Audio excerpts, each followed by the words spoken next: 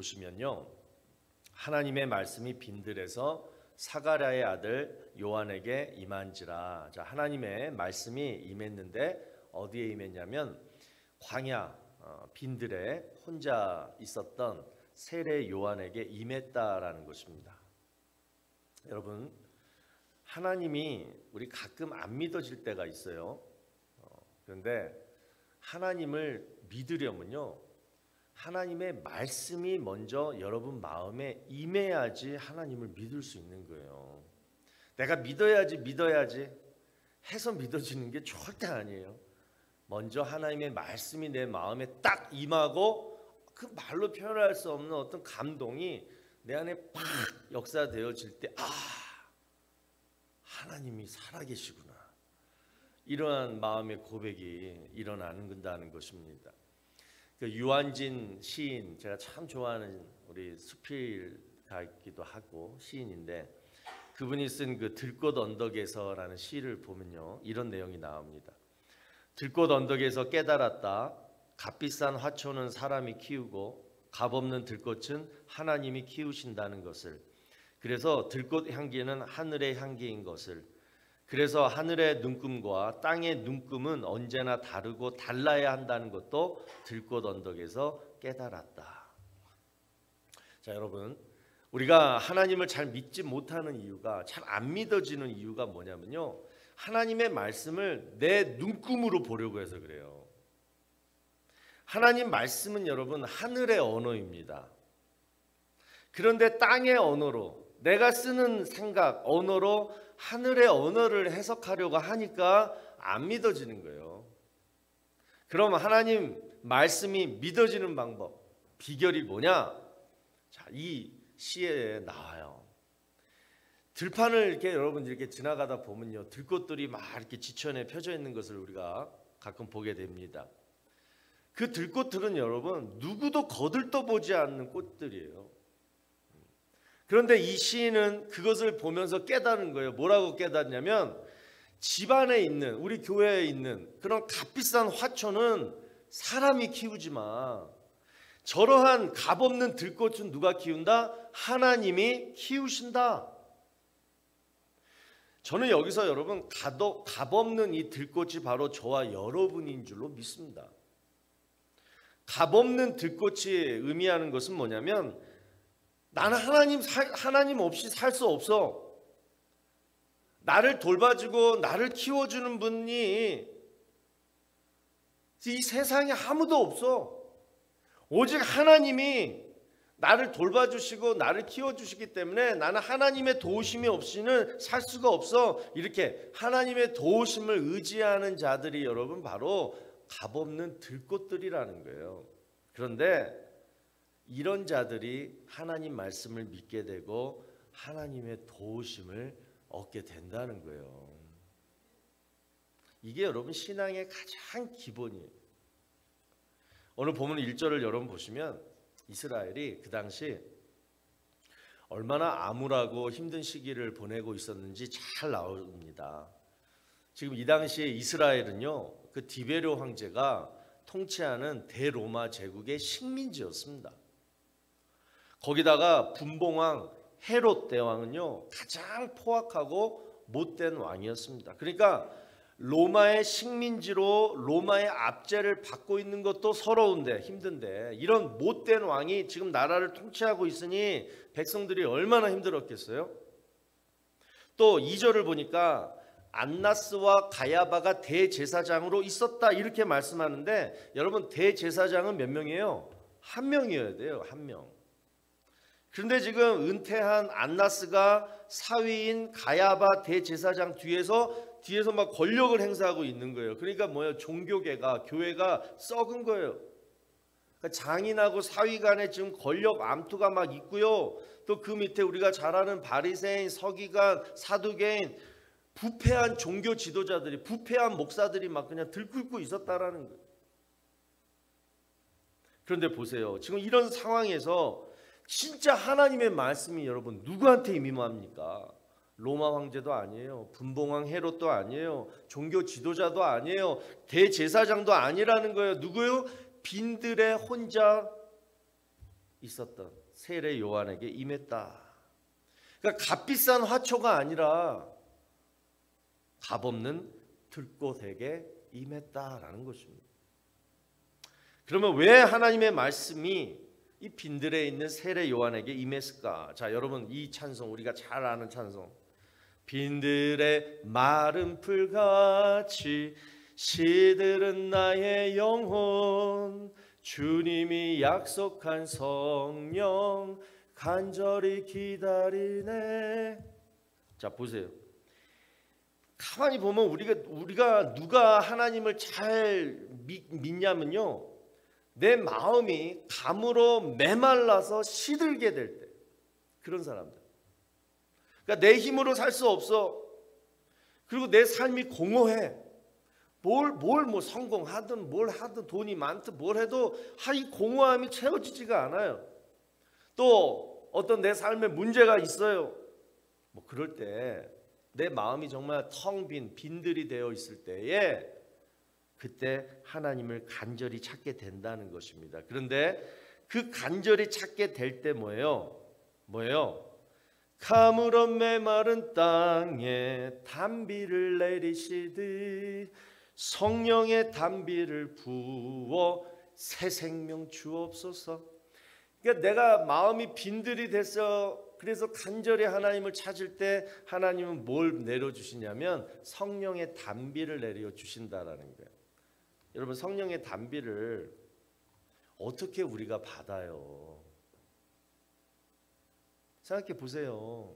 보이지도 않는 성령을 단비, 가물은 땅에, 완전 메마른 땅에 비가 그냥 팍 내리듯이 그건 뭐예요? 내 마음이 느껴진다라는 거거든요. 네? 감으로 있는데 단비를 탁 맞아봐요. 그러면 그건 느껴진다는 거예요. 하나님이 믿어진다라는 거예요. 성령이 와 이게 성령이구나. 이게 직접 깨달아진다라는 것을 지금 이 찬양 가사로 표현하고 있는 거예요. 여러분 이게 성령 충만함이에요. 근데 이 성령 충만함을 내가 느끼지 못하면 하나님 안 믿어져요. 그래서 여러분 내 눈금으로 하나님 말씀을 보는 것이 아니라 성령이 충만할 때 하나님의 눈금으로 하나님의 말씀을 보게 해주신다. 그때 비로소 하나님의 말씀이 다 믿어진다. 여러분 꼭 기억하시고 이 성령의 역사가 하나님을 믿게 만든다. 이걸 여러분 첫 번째로 전제 조건으로 생각하셔야 돼요. 왜 그러느냐를 이따가 제가 또 말씀드릴게요. 자, 그러면 누구에게 이 성령의 역사가 가물어 메마른 내 심령 가운데 성령의 단비가 부어지느냐, 누구한테 이루어지느냐? 자, 그게 오늘 본문 5절 말씀에 쫙 나와요. 세 가지로 살펴보려고 하는데요. 먼저 우리 본문 5절을 다 같이 한번 읽어 보십시다. 여러분의 마음이 저렇게 돼야 된다는 거예요. 자, 시작.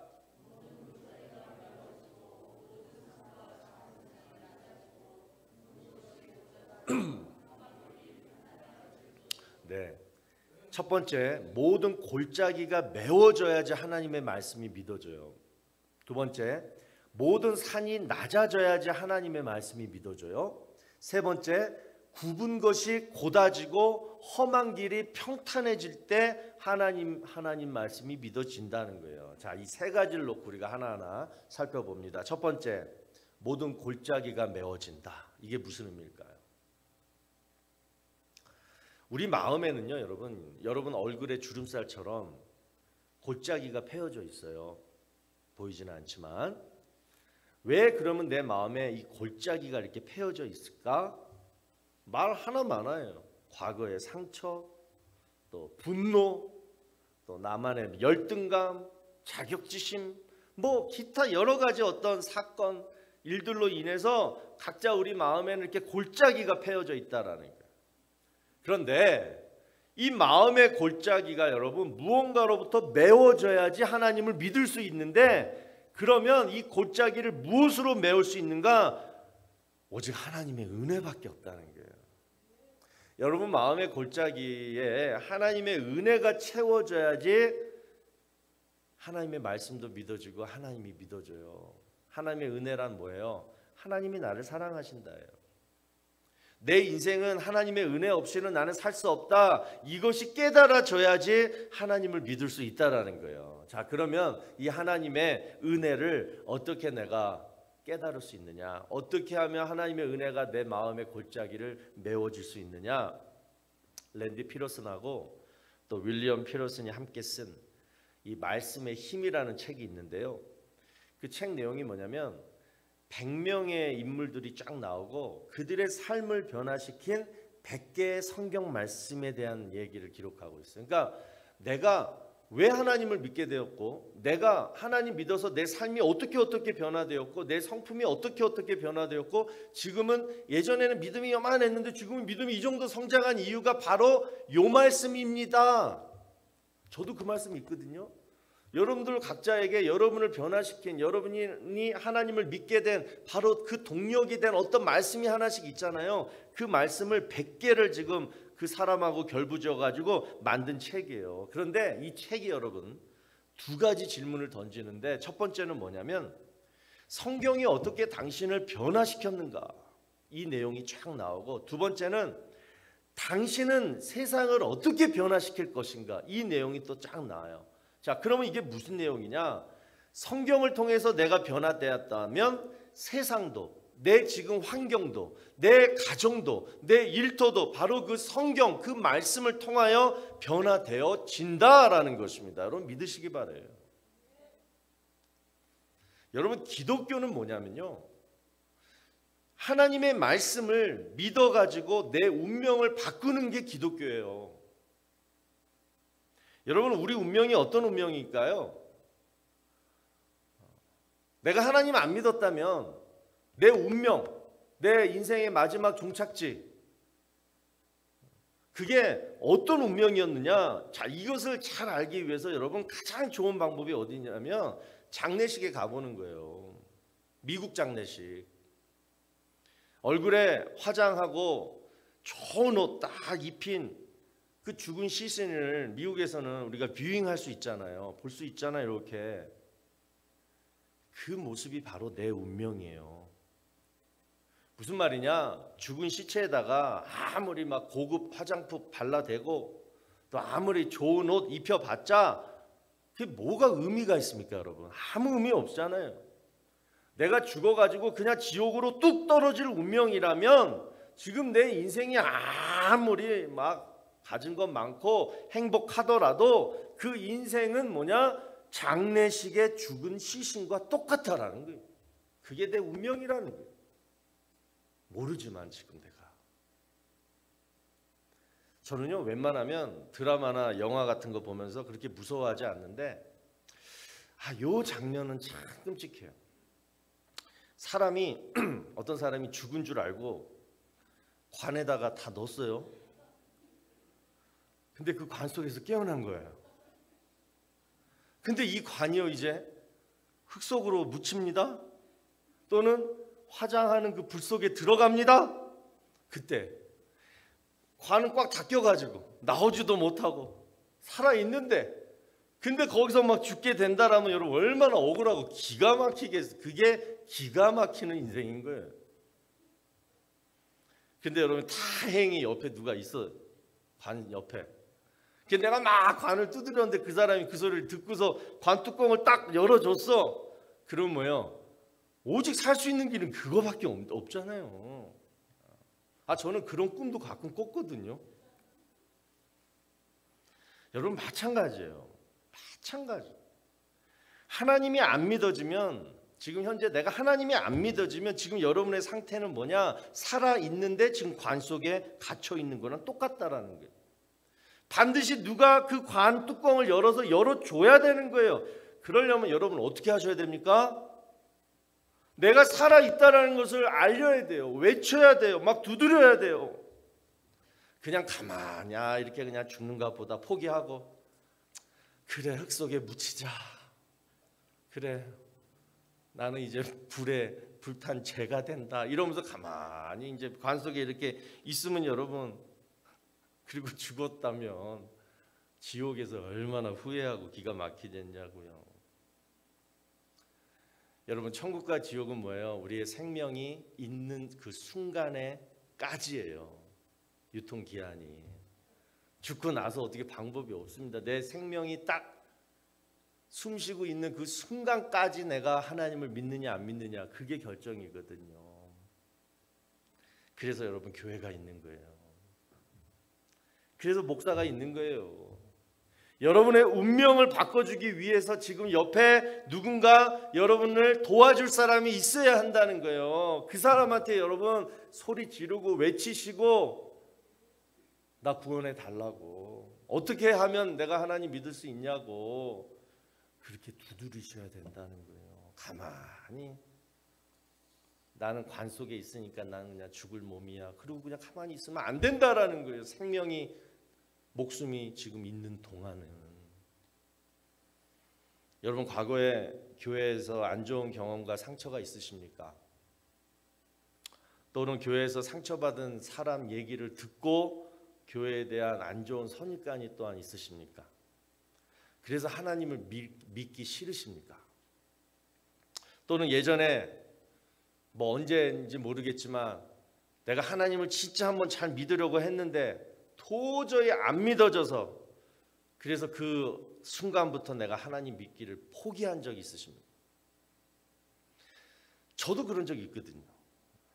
저도 믿으려고 주라고 막 성경도 읽어보고 했는데 안 믿어져가지고 잠깐 포기하고 방황한 적이 저는 있어요. 있기 때문에 제가 사실 목사 된 거고 여러분들 마음을 너무나 잘 알거든요. 그런데요, 바로 이런 문제들이, 교회에 대한 나쁜 선입관, 어떤 상처, 그 다음에 안 믿어지는 거, 이러한 것들이 여러분 지금 여러분을 죽을 운명으로 인도하는 관이라는 거예요. 관. 그걸 스스로 여러분이 관 속으로 들어간 거예요. 이 뚜껑을 빨리 부수고 나와야 된다라는 거예요. 나올 수 있는 방법은 뭐냐? 오직 하나입니다. 하나님 말씀으로 하나님의 은혜를 내가 체험하는 거예요. 빈들에 마른 풀 같은 내 마음에 성령의 담비가 촉촉히 젖어져가지고 와, 이게 하나님이구나, 이게 하나님 말씀이구나, 이것을 내가 진짜 지정의, 지식적으로, 감정적으로, 의지적으로 깨달아지는 것, 그것을 바로 은혜를 체험했다 얘기예요. 그 은혜를 여러분 체험하셨습니까? 아니면 그냥 무식하게 지금 하나님 믿고 계십니까? 은혜를 체험한다라는 것은 말 그대로, 진짜 말 그대로, 제가 누군가를 여러분 사랑하면 그 사람 느껴지잖아요. 아, 목사님이 나를 사랑하는구나, 나를 좋아하는구나, 느껴지잖아요. 인격적으로 똑같은 거예요. 아, 하나님이 나를 사랑하시는구나, 그러므로 하나님이 진짜 계시는구나, 하나님의 은혜를 느껴야지 하나님의 존재가 느껴지는 거예요. 어떤 지식적으로 검증되고 완전히 과학적으로 이해가 돼야지 하나님이 믿어지는 것이 아니라 그런 거는 한 번도 없어요. 그럴 수도 없어요. 하나님이 나를 사랑하시는 것나 이것만 깨달아지면 여러분 바로 하나님하고 하나님의 말씀이 그냥 송이꿀처럼 달아지고 그리고 하나님이 정말 옆에 나에게 계시는 그 느낌을 받게 된다라는 거예요. 이게 여러분 믿음의 시작이에요. 이 과정을 우리 덴바인 장로교회 모든 성도님들이 꼭 체험하기를 주의 이름으로 축원합니다. 여러분 하나님은 영이십니다. 눈에 보이지 않아요. 따라서 영이신 하나님의 말씀은 내 생각으로, 사람의 생각으로는 이해가 안 되는 거예요. 내 생각대로 딱딱 떨어지지가 않아요. 딱 수학 공식처럼 내가 이 말씀 오케이 좋았어 믿겠어 딱 믿으면 이 축복이 그 다음날 뚝뚝뚝뚝 떨어지면 오케이 하나님 살아 계시구나 이렇게 되는 건데 그렇게 안 된다니까요. 이런 것을 기대하고 하나님의 말씀을 보고 또 하나님을 믿으려고 하면 안 된다라는 거예요. 왜? 내 생각 속에 갇힌 하나님을 믿는 거거든요. 그것은. 그러나 하나님은 여러분의 생각보다 훨씬 크시거든요. 우리가 이해할 수가 없어요. 하나님은.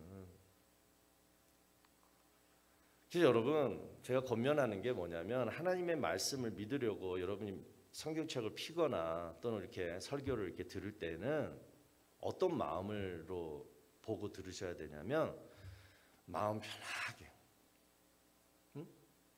경직되지 말고 마음 편하게 힘을 쫙 빼고 그리고 겸손하게 내가 뭘 하려고 하지 마시고 그냥 편하게 하나님 저 그냥 하나님 믿고 싶어요. 하나님 말씀을 믿고 싶어요. 말씀해 주세요. 제가 믿을게요. 이렇게 벽 보고 얘기하는 게 아니에요. 살아계신 하나님한테 진짜 진실하게 이러한 마음으로 말씀을 듣고요. 말씀을 보는 거예요. 그 다음에 바로 역사되어지는 것을 기대하지 마세요. 에? 키플링 스트리트에서 사도 바울처럼 갑자기 뭐 하나님이 나타나가지고 사울아 사울아 네가 핍박하는 예수랑 막 이러면서 그런 걸 기대하지 마시라고요. 기다리세요. 어떤 분은 몇 분 만에 역사가 될 수도 있고요. 어떤 분은 몇 년이 걸릴 수도 있는 거예요. 하지만 여러분 중요한 사실은 뭐냐면 하나님을 믿고 싶어서 하나님의 말씀을 듣고 보고 배우려고 하는 사람에게는 반드시 하나님의 은혜가 반드시 이루어진다라는 것을 믿으시기 바랍니다.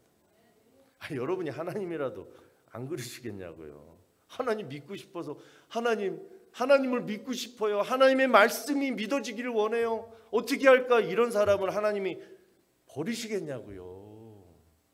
방법만 바뀐 거지 틀린 거지 다른 거지 똑같이 하나님의 은혜는 반드시 임한다라는 거예요. 여러분 이것은 저도 이것을 경험했고 여러분 중에서도 이것을 분명히 경험한 사람들이 계시잖아요. 그래서 죽자 살자 교회 열심히 다니고 하나님 믿잖아요. 이 은혜를 체험했기 때문에. 그렇기 때문에 내가 아직 이 은혜를 체험 못했다고 저거 가짜야. 저 목사님 뻥치는 거야. 그렇게 생각하지 마세요. 진짜거든요. 경험을 여러분이 아직 안 했을 뿐이에요. 그러나 하나님을 믿고 싶어하는 사람에게는 반드시 하나님의 은혜가 임합니다. 모든 사람에게 임합니다. 꼭 믿으세요. 다시 한번 말씀드려요. 지금 하나님이 안 믿어진다고 하나님이 나를 절대 버리신 것 아닙니다. 하나님이 나를 포기하신 것도 아닙니다. 그 사인이 바로 뭐냐? 지금 여러분이 이곳에 지금 있다라는 사실이에요. 정말 하나님이 포기하셨고 정말 하나님이 버리신 사람이라면 이곳에 있을 수가 없어요. 이제 저와 여러분이 하실 일은 뭐냐? 마음 문을 여시는 거예요. 자, 마음 문을 열어보세요. 한번 열어보세요. 닫혀진 마음 한번 열어보세요. 그리고 정말 진실하게 하나님 믿고 싶어요. 하나님의 말씀으로 제가 하나님의 은혜를 체험하고 싶어요. 어떤 말씀이라도 주세요. 그리고 그거를 내가 입술로 고백하게 해주세요. 여러분 입술로 나오는 말은요 내 마음의 진심이 나오는 거예요. 진짜면 말을 안 할 수가 없어요. 그걸 하나님이 보고 싶은 거예요. 그래서 하나님 말씀으로 하나님 은혜 체험하고 내 입술로 고백하게 해주세요. 하나님 믿습니다. 나의 죄를 사하시려고 나를 지옥에서 천국으로 건져주시려고 예수님을 십자가에 달려 죽게 하신 것 제가 믿겠습니다. 저를 구원해 주세요. 이 구원의 확신이 흔들리지 않도록 저를 확실히 구원의 확신을 주세요. 이렇게 간절하게 여러분 기도하시고 그리고 관뚜껑을 확 열고 나오시는 거예요. 이미 여러분 하나님이 사실은 이 교회 여러분이 이 자리에 지금 앉아 있을 정도면요 하나님이 관뚜껑에 박힌 못 다 빼주셨어요. 이제 여러분이 살아있다라면 그냥 손으로 툭 치고 관뚜껑 열고 나오시면 되는 거예요. 그런데 지금 아직도 관뚜껑이 꽉 잠겨있는 줄 알고 그 속에서 이러고 있는 사람들이 계시다라는 거예요. 아니에요. 여러분이 열고 나오셔야 되는 거예요. 그게 바로 마음으로 믿고 입으로 시인하여 고백하는 거예요. 그럴 때 하나님이 나오실 때 여러분 손을 딱 붙잡아 주십니다. 믿으시기를 주의 여러분 축원합니다. 이게 결단이에요. 믿음은 언제부터 시작하냐면 내가 결단하는 것부터 시작되는 거예요. 믿겠다. 자, 두 번째로 자 이게 내 마음의 골짜기를 메우는 방법이고 두 번째로 모든 산과 작은 산이 낮아지고 자 이 말씀은 딱 봐도 알겠죠? 뭐예요? 마음이 교만하면 하나님 못 믿는다는 거예요. 우리의 마음이 높아져 있으면 깎아서 낮추라는 거예요. 여러분 그 무디 목사님, 유명한 목사님이 하신 말 가운데 하나님께는 두 개의 보좌가 있다. 하나는 가장 높은 하늘에, 다른 하나는 가장 낮은 인간의 마음에 하나님의 보좌가 있다. 이 얘기는 하나님이 임하신다 그 뜻이거든요. 여러분 하나님의 보좌에서 하나님의 은혜가 쏟아지는데, 하나님의 은혜는 어디서부터 어디로 흐르냐면 하늘의 가장 높은 데서 가장 낮은 사람의 마음에 하나님의 은혜는 임한다라는 거예요. 다시 말해서 하나님의 은혜를 체험하기를 원하신다라면 내 마음을 낮춰야 된다라는 거예요. 겸손한 자에게 하나님의 은혜는 쏟아지는 거예요. 그래서 여러분 하나님은 가끔씩 이 은혜를 체험케 하시기 위해서 크고 작은 사건을 통해 우리 마음을 깎으실 때가 있습니다. 그 과정이 얼마나 쓰리고 아픈지 몰라요. 그런데 깎아내시기 때문에 내가 아픈 거예요. 왜? 은혜 주시려고. 제일 먼저 여러분 자존심을 깎아가지고 가루로 만드세요. 또 육체에 질병을 걸리게 해가지고 진짜 통증을 막 느끼게 만드세요. 아파요. 아파야지 내 마음이 막 이렇게 깎아져 내려가거든요. 또 믿었던 사람한테 막 배신 당하게 만들고 막 물질의 손해도 막 보게 만드세요. 왜? 이런 일들이 우리 사람들에게는 가장 아프거든요. 아파야지 깎아져 내려가거든요. 그리고 결국에는 다 깎여져 가지고 내 교만한 마음이 이제 겸손하게 될 때 바로 그 자리에 여러분 뭐가 고이는 줄 아세요? 눈물이 고여요. 그래서 우리가 팔복 공부할 때 애통하는 자, 심령이 가난하고 애통하는 자에게 하나님의 은혜가 임하잖아요. 그러면서 회개가 나오는 거예요. 내가 그동안 교만했구나. 하나님 없이 살아도 나는 된다라고 막 이러고 살았구나. 내 능력으로 이 세상 승리할 줄 알았구나. 깎아져 내림을 당해 보니까 이제 깨닫는 거야. 아니구나. 나 형편없구나. 내가 이 세상 내 힘으로 살 수 없구나. 하나님이 툭 치면 그냥 날아가는 게 내 인생이구나. 그것이 깨달아져요. 그래야 은혜가 와요. 그래서 여러분 회개를 해야지 은혜가 찾아옵니다. 그래서 하나님이 처음에 여러분 부르실 때 처음 부르심 앞에서는 그냥 눈물 콧물 다 흘리게 만드세요. 왜 이렇게 내가 죄인인지 그게 깨달아지는 거예요. 저는 교만을 얘기할 때 자주 드는 예화가 이건데요. 그 에스키모족이 그 늑대를 잡을 때에 어떻게 잡냐? 북극의 에스키모족들이 늑대를 잡을 때 어떻게 잡냐면요.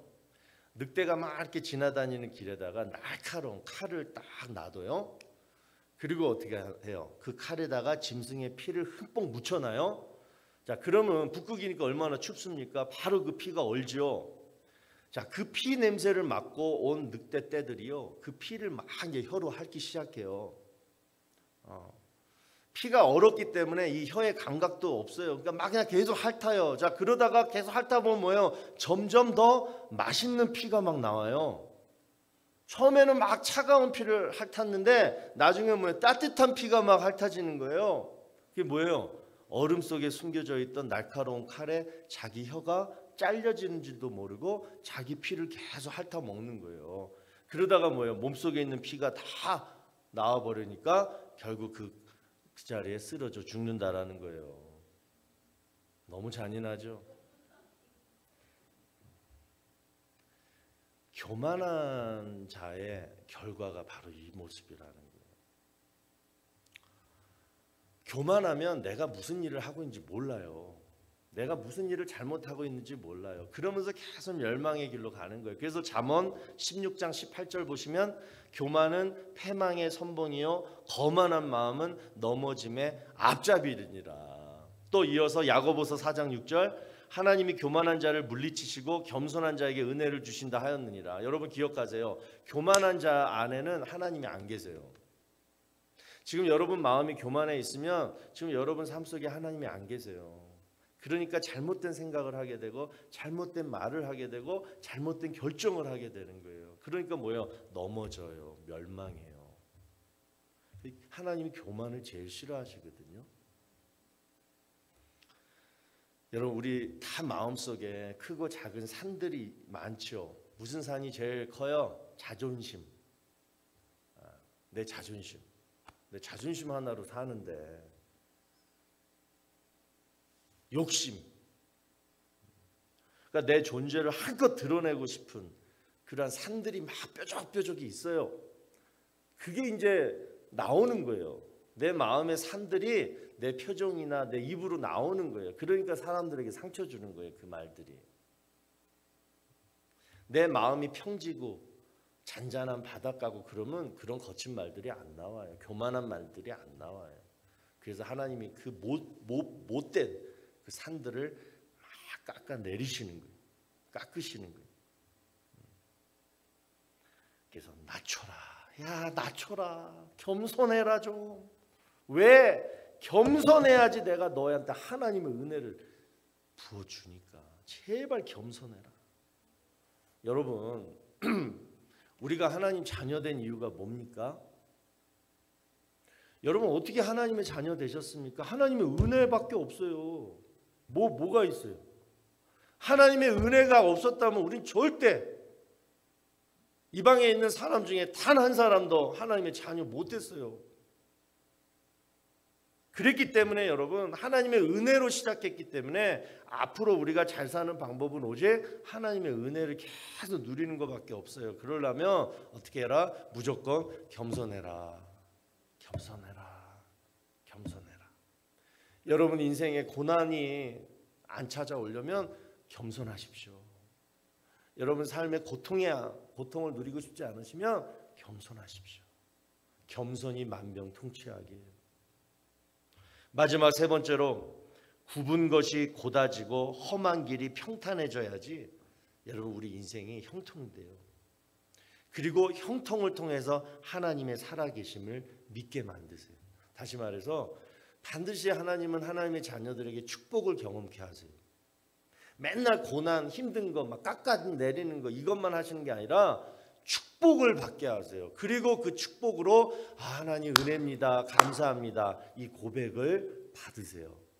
그래야지 신앙이 성장돼요. 성경에서 말씀하는 형통의 방법이 바로 이거예요. 마음이 굽어졌으면 피라. 마음과 입술이 거칠어졌으면 부드럽게 만들라 이 얘기예요. 그래서 여러분 성경에 계속 나오잖아요. 늘 부정적이고 비판적이고 원망하고 불평하며 40년 동안 계속 형통이 아니라 방황. 형통의 축복이 오지 않는다는 거예요. 어저께 새벽 예배 때 우리가 들었던 찬송가 424장 가사를 여러분 보세요. 아버지여 나의 마음을 맡아 주관하시고 완악하고 교만한 것 병케하여 주소서. 온유하고 겸손하여 화평하게 하시고 망령되고 악한 일을 물리치게 하소서. 온유하고 겸손해야지 화평하게 하시고 다음 하나님의 은총 속에 나를 보호하시고 주의 사랑줄이 되어 나를 메어주소서. 구세주의 흘린 피로 죄를 씻어주시고 성령이여 하늘길로 나를 인도하소서. 아멘. 제가 어저께 이 찬양을 듣다가 여기 앉아서 어떻게 우리 교인들한테 아침에 모닝콜로 내가 이거를 불러줄까?